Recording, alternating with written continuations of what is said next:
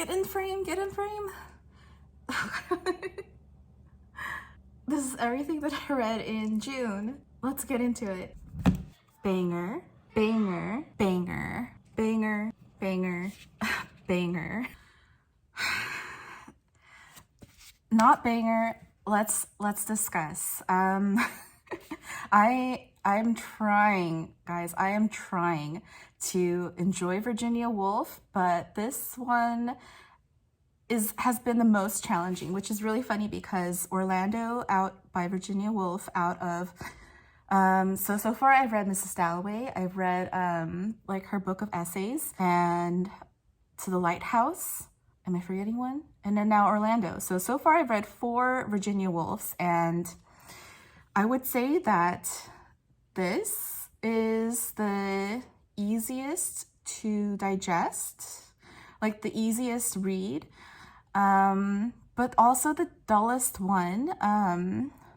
So out of those 4, I prefer Mrs. Dalloway because I found it to be the most profound, and I should like this. I feel like I should love this book. It's about a person, a human being, experiencing life and questioning the meaning of life and the world and his existential crisis, because Orlando starts off living in the 1600s and then just lives for like 4 centuries, but in the middle of it he becomes a woman, just like a random sex change. Who knows why or how it happened, but he lives both as a man and then as a woman. He is an aristocrat, so he's, you know, very wealthy and he is very privileged, but he starts off as a man, falls in love with someone and gets his heart broken by this woman, and he wants to escape the world by staying at home and losing himself into books and trying to find life's pleasures amidst good books and nature and truth and beauty and dogs. But I just couldn't get past the fact that Orlando as a character is such a doofus that I couldn't enjoy this. I felt like I should be rooting for Orlando. Like I should be on his side. I should, you know, their side, experiencing life along with them, discovering all of life's pleasures and woes, experiencing everything that life has to offer. But I couldn't enjoy it with Orlando. While the writing is fine, it's beautiful, and I especially really enjoyed the final chapters describing the passage of time. Overall, at the end of the day, if you're a doofus, you're a doofus, and I just don't want to hang out with Orlando anymore. I don't think I want to hang out with Virginia Woolf anymore, and I feel really bad for saying that, but that is what it is. Should I even bother bringing up Marmaduke Bonthrop Shelmerdine? He's not really that notable. He's the guy who she ends up with at the end, but other than his incredible name, not much to say about him. I still have The Waves, which all the smarty people like love, and A Room with a View and 3 Guineas, which are like her main books. Like if you're a Virginia Woolf person, I think those 2 are considered her main books. So I have the 3 of them. I do intend to read them eventually at a certain point, but like 0 out of 4, I don't know, guys. Maybe I'm just not a Virginia Woolf person. I also thought throughout reading this, it really reminded me of Angela Carter's The Passion of New Eve, and how much more that said about identity, sexual identity, the meaning of life. And in comparison to Orlando, like this is so tame and so much lamer than The Passion of New Eve, when I feel like they're basically saying the same thing, coming from the same perspective, but very differently. And it seems to me like, much like Orlando, who is a, you know, top of the top aristocrat, Virginia Woolf is, for lack of a better word, hoity-toity, while Angela Carter is more like for the everyman.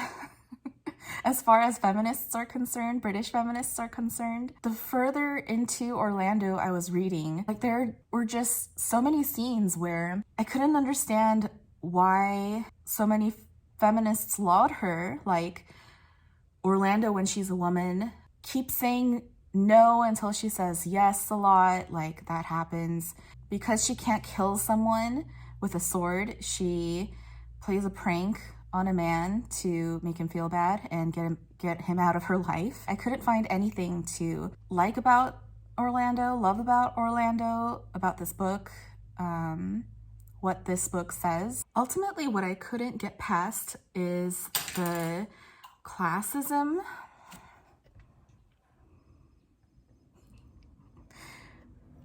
The classism undertone in Orlando, where I feel like Virginia Woolf is basically saying, yes, it sucks that, you know, cis people get everything, but like she's also a very wealthy person. Like Orlando is a wealthy person.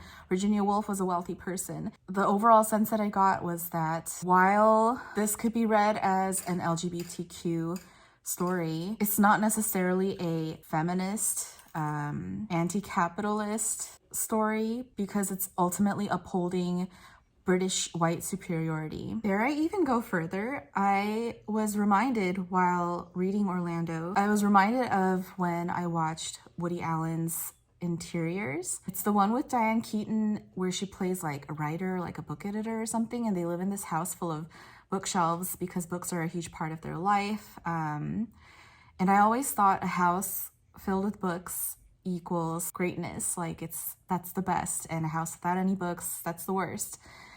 But that movie is so classist, sexist. It is such a dirtbag of a movie. Like, I was such a huge Woody Allen simp back in my college days, and I loved, like, even to this day, I can't help loving Match Point, Vicky Cristina Barcelona, Manhattan. But, you know, after, like, now you are made aware how terrible Woody Allen is as a human being, and his personality exudes into his movies, and it's inescapable. Match Point literally is about a man who has an affair with a woman who he impregnates, and then he ultimately murders her. Sorry for spoilers, but it's a who cares? Just don't watch Match Point if you feel spoiled. But you know, it's a horrible plot about a horrible person who gets away with it at the end. And at the time, you don't think about all that. Like, you just think, oh, what a clever story, and how charming and delightful Manhattanites' lives. So I hate saying this, but I felt a little bit the same way while reading Orlando. Like, why do so many people love Virginia Woolf? Are they not thinking about her classism and British superiority, her British privilege? To me, in 2022, reading Orlando and the news at the same time, it just felt inescapable to me. And like Woody Allen's charming, delightful films, Virginia Woolf's beautiful prose is not enough to escape her capitalist privilege. I like to start off my reading months by picking up one of these little guys. They're like little book snacks, like a chip. And I had Lorrie Moore's Terrific Mother, which I believe is from her collection of stories called Birds of Prey. And I really, really enjoyed Terrific Mother. Within the first 2 pages, the main character accidentally kills a baby, and the rest of the short story just goes into her and her husband's life at like her husband's writing retreat or something for his job. I can't even remember because I did read this right at the beginning of the month, but I just recall while reading this thinking everything that I know about being a wife, being a mother, being a stay-at-home mom, being a housewife. It just questioned all of that. And it challenged my basically living for others instead of myself, as I do currently. Like, it questioned my identity and who I am. And that's always nice to read. That's always nice to experience. Like, you have to keep questioning yourself. It seemed to her that everything she had ever needed to know in her life, she had known at one time or another, but she just hadn't known all those things at once, at the same time, at a single moment. They were scattered through, and she had had to leave and forget one in order to get to another. A shadow fell across her, inside her, and she could feel herself retreat to that place in her bones where death was, and you greeted it like an acquaintance in a room. You said hello, and were then ready for whatever was next, which might be a guide, the guide that might be sent to you, the guide to lead you back out into your life again. While reading this, it also reminded me of the time when I was in like the throes of postpartum depression, and I was just sad about everything, and everything triggered me, and my husband had texted me to meet me at like our local Target after he got off work. And I was just so convinced to myself, like, oh God, this is it. Like, he's sick of me and my constant, incessant crying and complaining, and he's going to divorce me. And I would have met him at Target and been like, I understand. I agree with you. You should divorce me. So take what you will with that story, but this book recalled that specific memory, that particular memory. I also read these 3 Penguin Little Black Moderns. I also read these 3 Penguin Little Black Classics. I've never read Kate Chopin. Kate Chopin's Pair of Silk Stockings is a compilation of 5 of her short stories. The writing is beautiful, evocative, Gothic, American Gothic, Southern Gothic, whatever that term is. And the final short story, A Pair of Silk Stockings, all I had to think was, girl, treat yourself. Treat yourself with that $15. You deserve it. I've never read Oscar Wilde's Lord Arthur Savile's Crime. The only Oscar Wilde I've read is The Picture of Dorian Gray, which I haven't read since like I was 20 or something. So I am definitely due for a reread. But what little I can recall of Oscar Wilde, like, you know, the beautiful prose is here, but this story is dumb. Like, men are dumb, rich men are dumb, and the writing itself doesn't necessarily help because the writing is very catty and it's almost like on the side of the story. So I feel like this is a skip.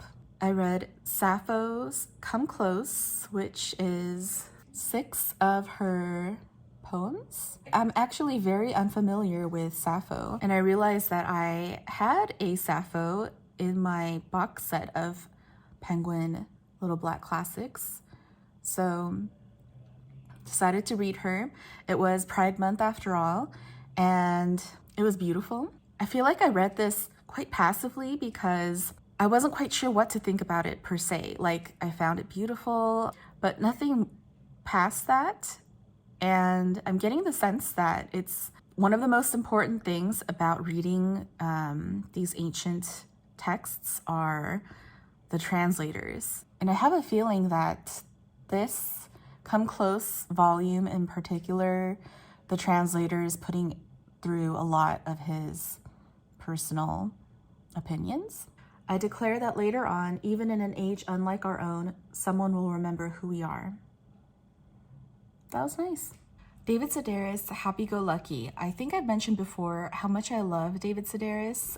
He's always a huge stress release go-to writer. And the last several releases from him have been like his diaries, which were great, and like a collection, like a compilation of his previously published stories.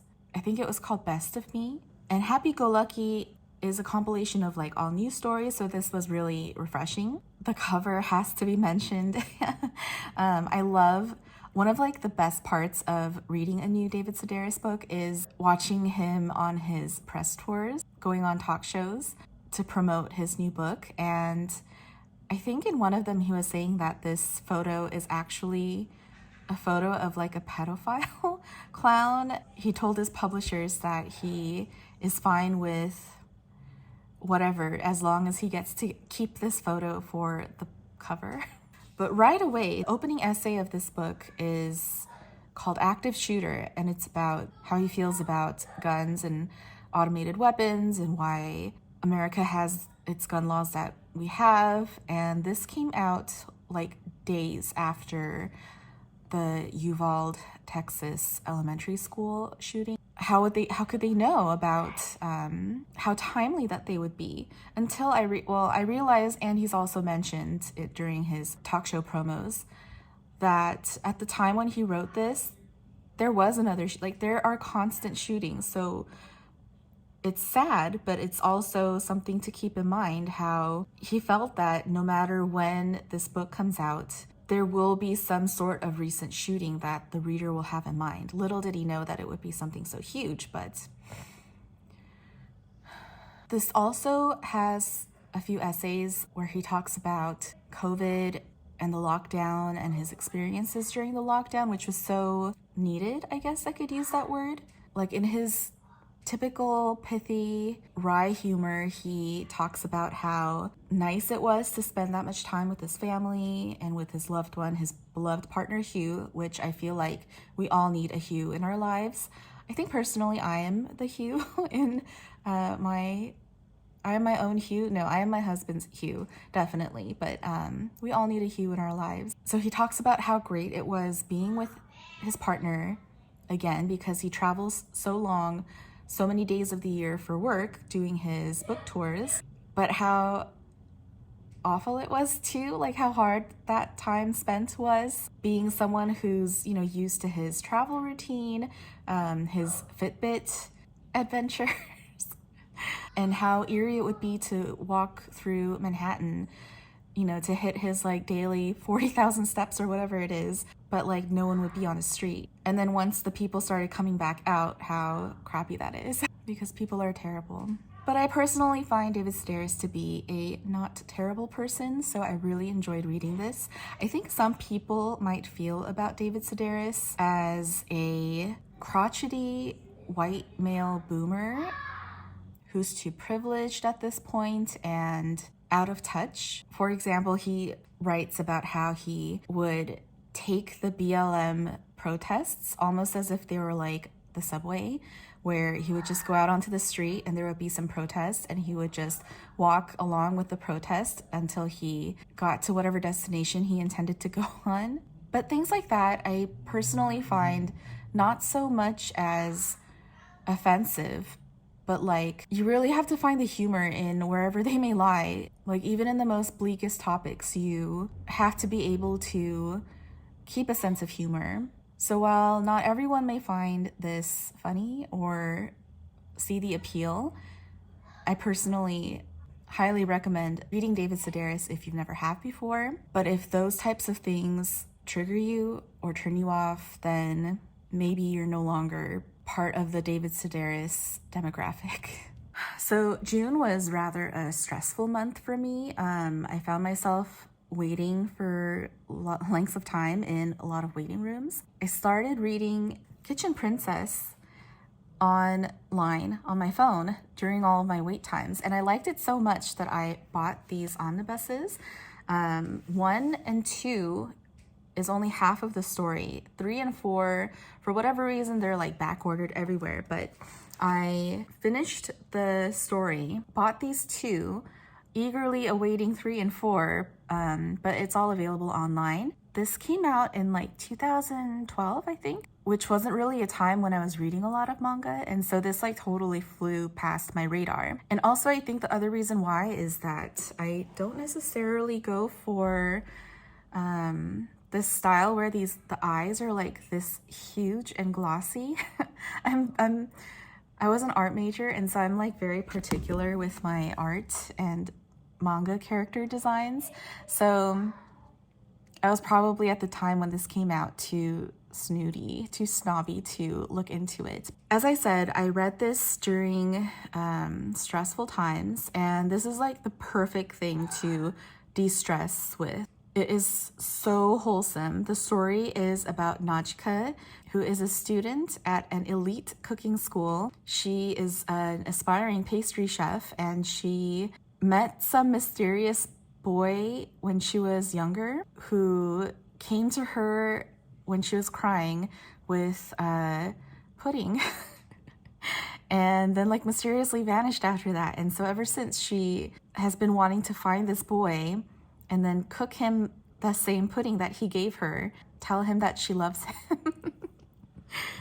But I mean, that's not really the, you know, the main appeal to this story and this manga. It's just like, it's got a group of friends at a school, and there are enemies and there are friends. They make new friends. Memories are made.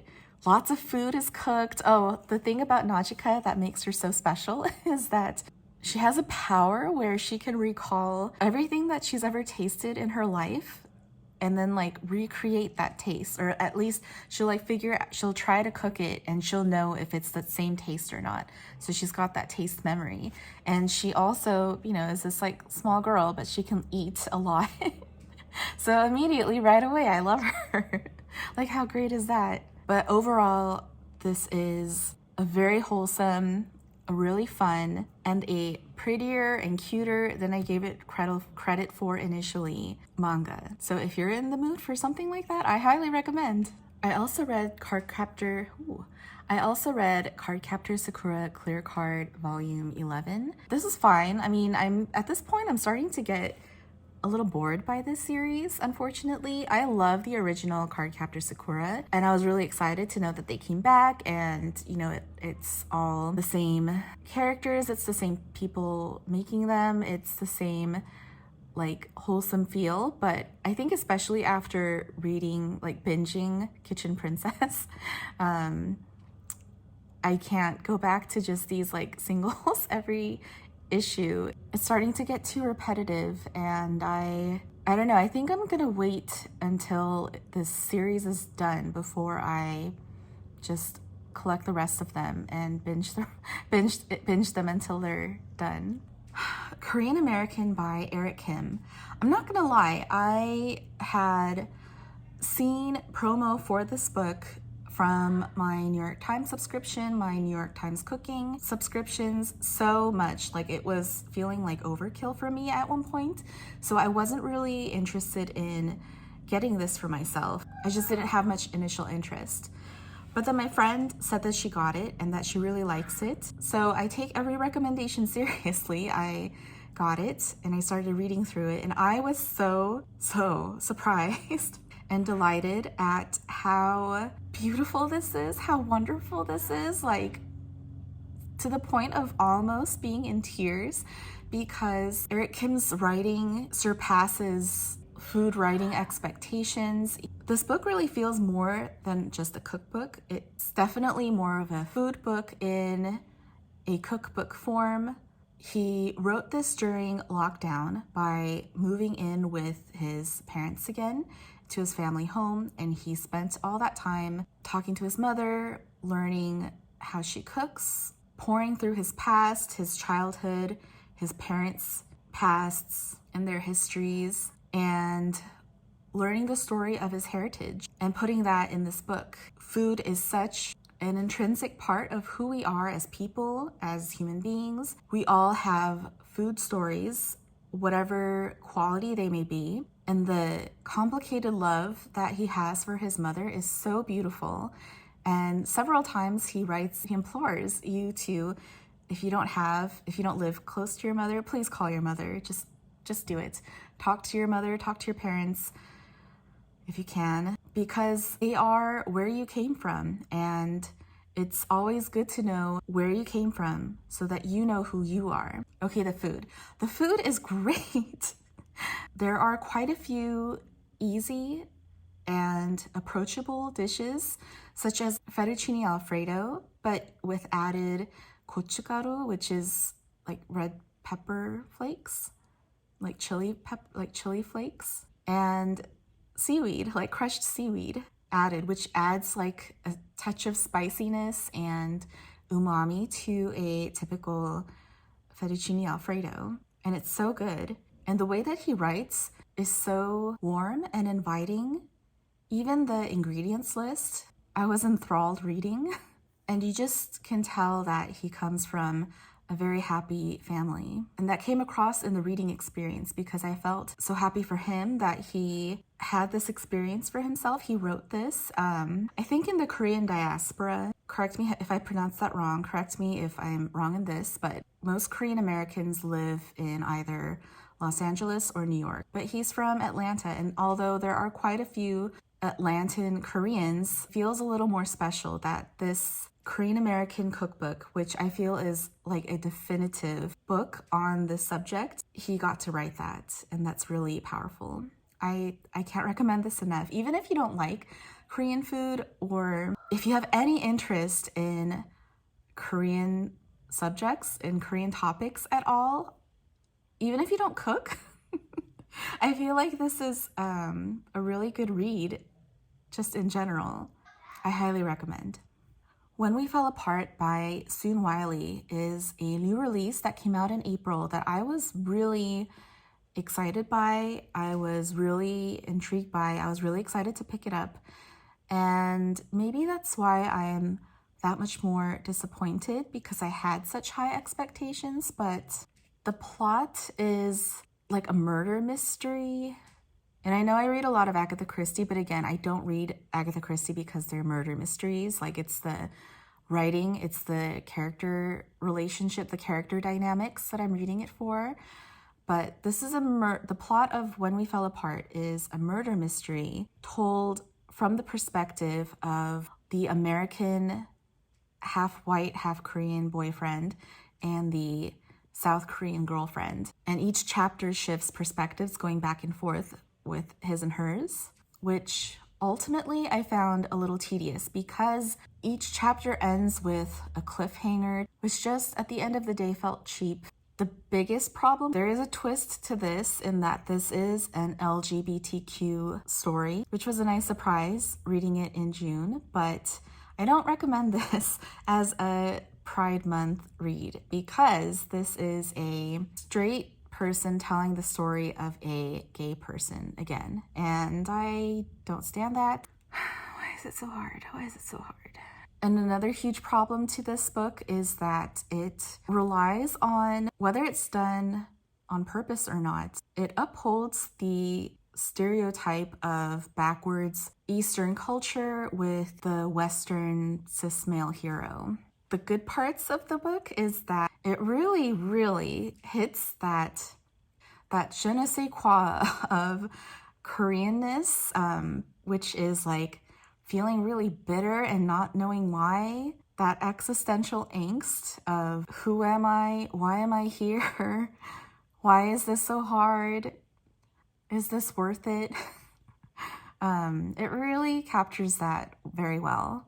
And I also really appreciated the fact that Wiley gets into the darker aspects of South Korean culture. Like, you think of Seoul and you think, oh, like they have great food, they have lots of, fun stuff. They all look great. They must have such cool lives. Like, something like 90% of the population have high-speed internet. But then you have to think about the flip side of that. Like, what does that all entail? It means that all those people are living under that much pressure to succeed, to perform. Everyone has to conform to look and behave that certain way. And so what this book really encapsulates is that crushing feeling of social pressure, what that can do to an individual living in such a society. I think I would recommend reading this if you do want to dip your toes into that kind of world, but I can't say that I liked this. Shortly after I read When We Fell Apart, I read Love in the Big City by Sang-young Park. I knew that this was an LGBTQ book. LGBTQ book, but I didn't realize how strong of a juxtaposition it would be, because especially after reading Love in the Big City, When We Fell Apart felt that much shallow and that much almost fake in comparison. And the writing itself too, it felt very concise, very targeted, like being shanked. It really just hits you in places that you didn't expect it to hit. And it's quite slim compared to When We Fell Apart. Like, this feels a little more bloated, and this feels just right for telling the story that it wants to tell. But this is a very gay book written by a gay man. It feels so, and I hate using this word, but it feels so authentic.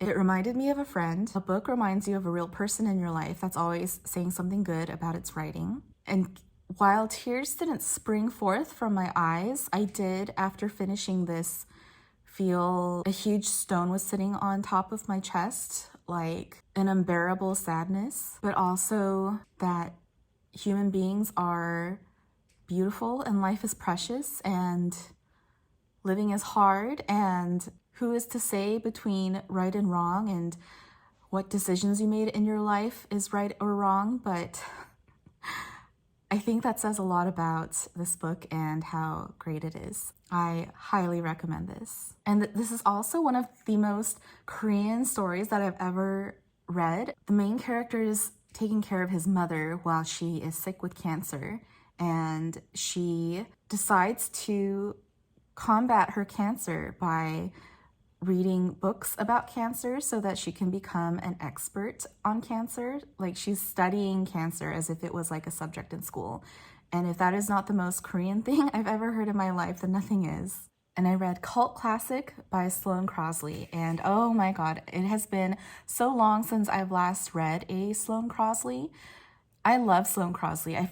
When her first compilation of essays called I Was Told There Would Be Cake, I fell in love right away. I was totally into Sloane Crosley then, and it's been a long time since her last release. And so when I heard that she's coming out with a novel this year, I was so excited. And this did not disappoint. It is super quick-witted, very urban, dystopian, apocalyptic. Did I mention that it's a rom-com? It's so good. And this book also has a character who reminds me of a real person in my life. This has very much Pisces energy. And what can I say about Sloane Crosley? She is so witty. She is so smart. I love her writing. I highlighted almost this entire book, and I felt great about doing it. This is another mystery story where the main character is an engaged woman living in New York City, and she starts randomly meeting all of her exes in her life and re-experiencing her past with them and questioning her current relationship and whether she's really happy, questioning the point of a monogamous long-term relationship such as marriage, and just overall reflecting on her own character after dealing with the trauma of each breakup, as we all do at one point or another, because at the end of the day, their common denominator is you. So you have to start acknowledging your own damn flaws. There were men who told me they wouldn't sleep with their ex-girlfriends for all the tea in China, but who turned out to own an import-export business to Beijing. Men who broke up with me because I was too good for them. But when do we send our food back to the kitchen? Because it's too delicious. I wanted to touch the stove to see if it was still hot. It was still hot. This is such a fun, thrilling read, and I cannot recommend this enough. That's everything that I read in June. I am off script here, people. So I just tried to recall the most pertinent thoughts. I hope it came across okay. This was a good reading month. There were a lot of fun bangers, as you can see, and even the disappointments weren't that bad. They were all at least interesting reads. I said in my mid-year freakout tag that I want to read thicker books, and so I went for the big one. I started reading War and Peace by Leo Tolstoy, and so I think my July is going to be pretty occupied with it. We'll see how many I get to in July. I also think that I'm going to take a little bit of a break with my vlogging. As fun as it is kind of tiring to always be on to be able to capture every moment as it happens. Nothing that I put into my vlogs are recreated, and I'm just constantly that person who's 10 steps behind everybody else, whipping my camera out at every moment, waiting for things to happen. So if you don't mind, I'm going to take a little bit of a break. I will be doing a War and Peace reading vlog, however, so that's the other reason why. So I will have a vlog, just not a typical July vlog from me, but a War and Peace vlog. I watched the 2016 adaptation with Lily James. I cried so hard and I'm really excited to get through some thicker volumes for the rest of the year. I hope that you all had a good June reading month, and I'll see you next time.